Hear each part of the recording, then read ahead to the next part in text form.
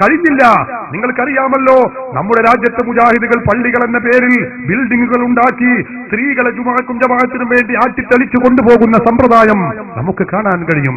ഹബീബായ മുഹമ്മദ് റസൂലുള്ളാഹി പഠിപ്പിച്ച ഇസ്ലാമിൽ അവിടെ പറഞ്ഞിട്ടുള്ളത് വബുയൂതുഹുന്ന ഖൈറുൽ ലഹുന്ന, വീടാണ് അവർക്ക് ഖൈറായിട്ടുള്ളത് എന്ന് അല്ലാഹുവിന്റെ റസൂൽ പഠിപ്പിക്കുന്നു. സഹോദരന്മാരെ, എന്നാ മുജാഹിദുകൾ പറയുന്നതോ വീടല്ല ഖൈറ്, പള്ളിയാണെന്ന് പറഞ്ഞുകൊണ്ട് വീട്ടിൽ നിന്ന് പള്ളിയിലേക്ക് തെളിച്ചു കൊണ്ടുപോകുന്നു. ഈ വിഷയത്തിൽ പൂർവീകരുടെ പാരമ്പര്യം എന്താണ്, പരിശുദ്ധ ഖുർആന്റെ പ്രഖ്യാപനം എന്താണ്, ഹദീസുകൾ വിളിച്ചോതുന്നത് എന്താണ്, വിശദീകരിക്കാൻ സമയമില്ല.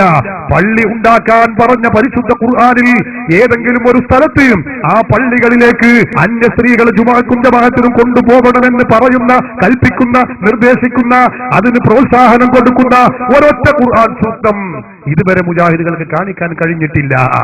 ഒരൊറ്റ ഖുർആൻ പോകട്ടെ, ഒരായത്ത് പോകട്ടെ, ഒരായത്തിന്റെ തുണ്ടം പോലും കാണിക്കാൻ കഴിഞ്ഞിട്ടുണ്ടോ?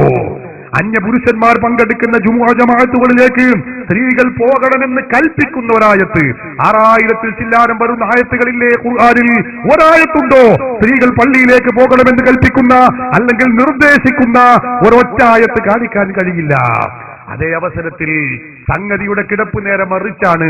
പള്ളി ഉണ്ടാക്കാൻ പറഞ്ഞത് അള്ളാഹുവിന്റെ ഖുർആനാണ്.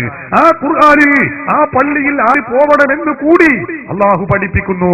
നമുക്കറിയില്ലേ, പ്രവാചകരുടെ കാലത്ത് മദീനയിൽ മുനാഫിഖുകൾ അവരുടെ പാരമ്പര്യ പള്ളിക്ക് സമാനമായി ഒരു പള്ളി നിർമ്മിച്ചു.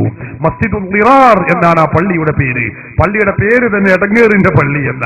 ആ പള്ളിയുടെ ഉദ്ഘാടനത്തിന് അള്ളാഹുവിന്റെ റസൂലിനെ ക്ഷണിച്ചപ്പോ നിങ്ങൾക്കറിയാം, പരിശുദ്ധ ഖുർആൻ അവതരിക്കുകയാണ്. ലാ തഖും ഫീഹി അബദാ, നബിയേ നിങ്ങൾ ആ പള്ളിയിൽ പോയി നിസ്കരിക്കാൻ പാടില്ല, അവരുടെ പള്ളിയിൽ നിങ്ങൾ പോവാൻ പാടില്ല.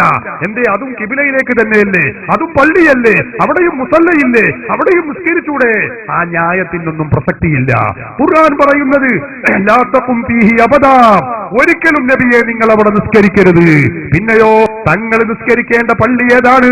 ലമസ്ജിദുൻ ഉസ്സിസ അല തഖ്വാ മിൻ അവ്വലി യൗമിൻ അഹഖു അൻ തഖൂമ ഫീഹി, വളരെ നേരത്തെ തന്നെ തഖ്വയുടെ നേരിൽ ശിരപാകിയ ഒരു പള്ളിയുണ്ട്, മസ്ജിദ് ഖുബാ, മദീനത്തെ പള്ളി. ആ പള്ളിയിലാണ് തങ്ങൾ നിസ്കരിക്കേണ്ടത് നബിയെ.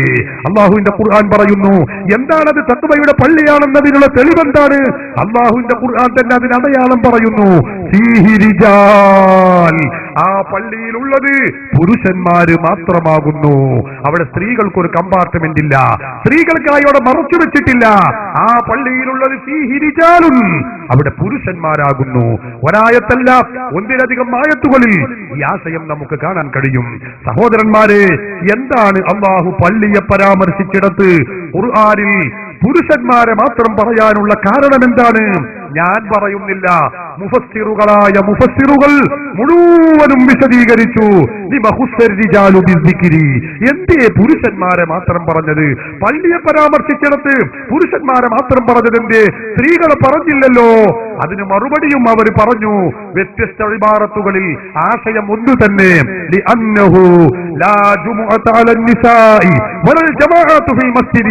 സ്ത്രീകൾക്ക് പള്ളിയിൽ നിസ്കാരമില്ല, പള്ളിയിൽ ജുമുഅ ഇല്ല, പള്ളിയിൽ ജമാഅത്തുമില്ലല്ലോ. അവർക്ക്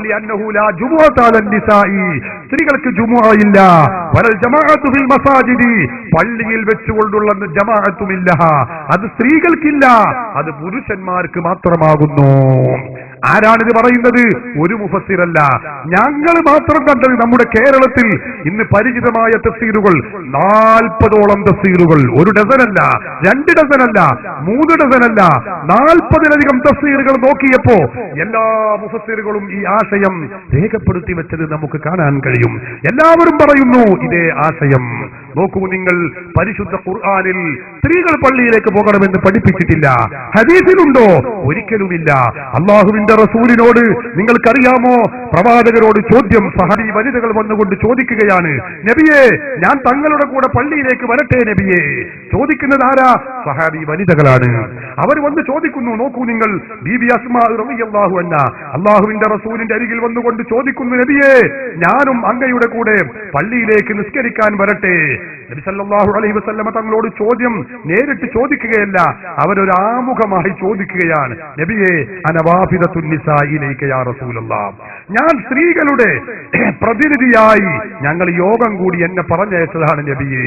എന്നിട്ടോ എനിക്ക് ചോദിക്കാനുള്ളത്, മാമിൻ ഇംറഅത്തിൻ കായിനത്തിൻ ഫി ശർഖിൻ വലാ ഗർബിൻ സമിഅത് ബിമഖ്റജി ഹദാ ഇല്ലാ വഹിയ അലാ മിസ്ലി റഅയി. എന്റെ ഈ ആഗമന വിവരമുണ്ടല്ലോ, ലക്ഷ്യമുണ്ടല്ലോ, ഇത് ലോകത്തുള്ള ഏത് സ്ത്രീ അറിഞ്ഞാലും അവർക്ക് എന്റെ അതേ അഭിപ്രായമാണ് പറയാനുണ്ടാവുക. അങ്ങനെയുള്ള ഒരു കാര്യവുമായിട്ടാണ് ഞാൻ വന്നിട്ടുള്ളത്. നബി തങ്ങൾ ശ്രദ്ധാപൂർവം കേട്ടു. എന്നിട്ട് ചോദിച്ചു, തങ്ങൾ പുരുഷന്മാരുടെ മാത്രം പ്രവാചകനാണോ അതല്ല സ്ത്രീകൾ കൂടെ പ്രവാചകനാണോ? നബി തങ്ങൾ പറഞ്ഞു, ഞാൻ പുരുഷന്മാരുടെയും സ്ത്രീകളുടെയും പ്രവാചകനാണ്.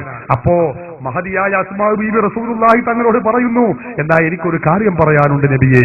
ഇന്നകും മആശിറ റിജാലി ഫുള്ളിൽതും അലൈനാ ബിൽ ജുമുഅത്തി വൽ ജമാഅത്തി. നിങ്ങൾ സ്ത്രീവർഗം അല്ല, നിങ്ങൾ പുരുഷവർഗം. നിങ്ങൾ ഞങ്ങളെക്കാൾ ജുമുഅ കൊണ്ടും ജമാഅത്ത് കൊണ്ടും ഒട്ടേറെ പുണ്യകർമ്മങ്ങളെ കൊണ്ടും ശ്രേഷ്ഠതയുണ്ട് നിങ്ങൾക്ക്. ഞങ്ങൾക്ക് ആ കൂലിയൊന്നുമില്ല. വഇന്നാ മആശിറ നിസായി, ഞങ്ങൾ സ്ത്രീവർഗം മഹസൂറാത്തുൻ മഖസൂറാത്തുൻ ഖവാഇദു ബുയൂതികും, ഞങ്ങൾ വീടുകളിൽ തളച്ചിടപ്പെട്ടവരാണ്. മുജാഹിദിന്റെ ഭാഷ കടമെടുത്ത് പറഞ്ഞാൽ ഞങ്ങൾ അടുക്കളയുടെ 4 ചുവരുകൾക്കുള്ളിൽ തളച്ചിടപ്പെട്ടവരാണ് നബിയെ. ഞങ്ങൾക്ക് പള്ളിയില്ല, ഞങ്ങൾക്ക് ജുമുഅയില്ല, ഞങ്ങൾക്ക് ജമാഅത്തില്ല. ഞങ്ങൾക്കും ആ കൂലി വേണ്ടേ നബിയെ? ഞങ്ങളെ പരിപാടി എന്താണെന്നോ?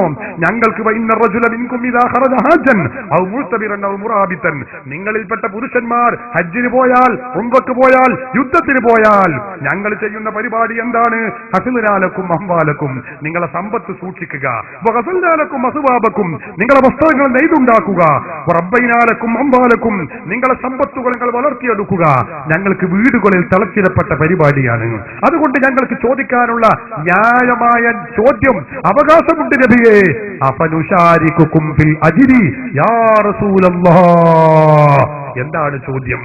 അഫനുശാരികുകും ഫിൽ അജ്രി യാ റസൂലല്ലാഹ്, നിങ്ങളെപ്പോലെ പുരുഷന്മാരെ പോലെ ഞങ്ങൾക്കും പ്രതിഫലം വേണ്ടയോ നബിയേ? അർത്ഥവത്തായ ചോദ്യം കേട്ടപ്പോ നബി തങ്ങൾ പറഞ്ഞത് എന്താണ്? അസ്മായെ, നിങ്ങൾ ജുമുഅക്കും ജമാഅത്തിനും പള്ളിയിലേക്ക് വരുന്നില്ല എന്ന വിവരം ഞാൻ അറിഞ്ഞിട്ടില്ല. നീ പറയുമ്പോഴാണ് ഞാൻ അറിയുന്നത്. എന്നാ ഒരു കാര്യം ചെയ്യും, നാളെ പായും തലക്കിനെ കൊടുത്ത് നാളെ ജുമുഅക്കും ജമാഅത്തിനും പള്ളിയിലേക്ക് വരൂ എന്നാണോ പറഞ്ഞത്? അല്ലേ? അല്ല. അവിടുന്ന് പറഞ്ഞു, ഇൻസരിഫി അയ്യത്തുഹൽ മർഅ ഖാല റസൂലുള്ളാഹി, പോകൂ പെണ്ണെ നിന്റെ വീട്ടിലേക്ക്.